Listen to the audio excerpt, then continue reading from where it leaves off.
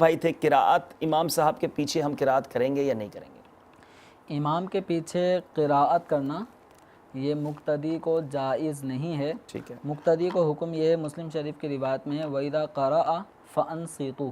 صحیح. حکم یہ دیا گیا کہ امام جب قراءت کرے تو تم چپ رہو. ٹھیک ہے. ایک اور روایت میں فرمایا گیا ہے کہ من کان لہ امام فقراءۃ الامام قراءۃ لہ، کہ جو امام کے پیچھے نماز پڑھے تو امام کی قراءت مقتدی کی قراءت ہے. ٹھیک ہے. تو مقتدی خاموشی کے ساتھ قراءت سنے گا. اگر جیسے فجر اور مغرب اور عشاء یا جمعہ یا عیدین، ان میں چونکہ تلاوت ہوتی ہے جہر بلند آواز سے، تو مقتدی ان کو سنے گا. اس پہ خاموشی اور توجہ کے ساتھ سننا یہ واجب ہے. ظہر عصر ان کے اندر امام صاحب تلاوت کرتے ہیں لیکن آہستہ. مقتدی کو اس مقام پر بھی حکم یہ ہے کہ وہ خاموشی کے ساتھ چپ رہے، اور اس پہ لازم ہے مقتدی تلاوت نہیں کرے گا. ہاں جہاں تک ثنا پڑھنے کا تعلق ہے پہلی رکعت میں، تو سبحانک اللہم یہ پڑھ کر خاموش ہو جائے گا. ٹھیک ہے.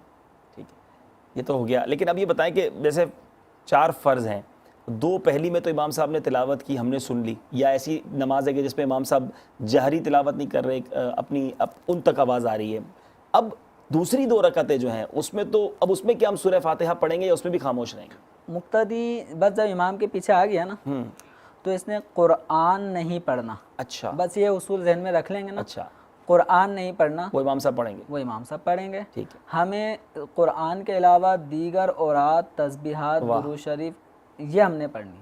اچھا، وہ یاد ہوتا ہے نا حضور، کئی لوگوں کو دیکھا ہے کہ اب امام صاحب جو تلاوت کر رہے ہیں وہ سورت مجھے بھی یاد ہے، تو وہ ساتھ ساتھ پڑھتے ہیں کہ مجھے اچھا لگتا ہے امام صاحب پڑھ رہے ہیں میں بھی پڑھ رہا ہوں، برابر میں نمازی بالکل ساتھ ساتھ پڑھ رہے ہوتے ہیں امام صاحب. یہ بچوں کی عادت ہے جو ہمارے بڑوں میں بھی شامل ہو گئی ہے. تو عام طور پہ بچوں کو آپ نے دیکھا ہوگا کہ امام صاحب تلاوت کر رہے ہوتے ہیں تو بچے بھی پڑھ رہے ہوتے ہیں، یاد ہو جاتی ہے بچوں کو، بلکہ بچے امام صاحب کے وقف کرنے کے بعد اگلا لفظ شروع کر دیتے ہیں، پہلے بتا رہے ہوتے ہیں. تو یہ طریقہ جائز نہیں ہے. مقتدی کو امام کے پیچھے قرآن پڑھنے کی اجازت نہیں. حدیث مبارکہ میں جو مسلم شریف میں روایت کیا گیا وَإِذَا قَرَأَ فَأَنصِتُوا، جب امام قرات کرے تو چپ ہو جاؤ.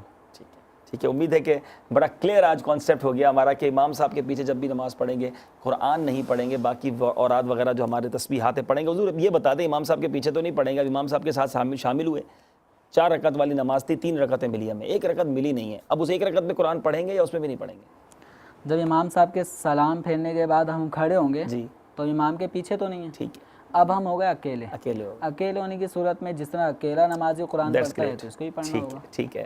امید ہے کہ جواب مل گیا ہوگا.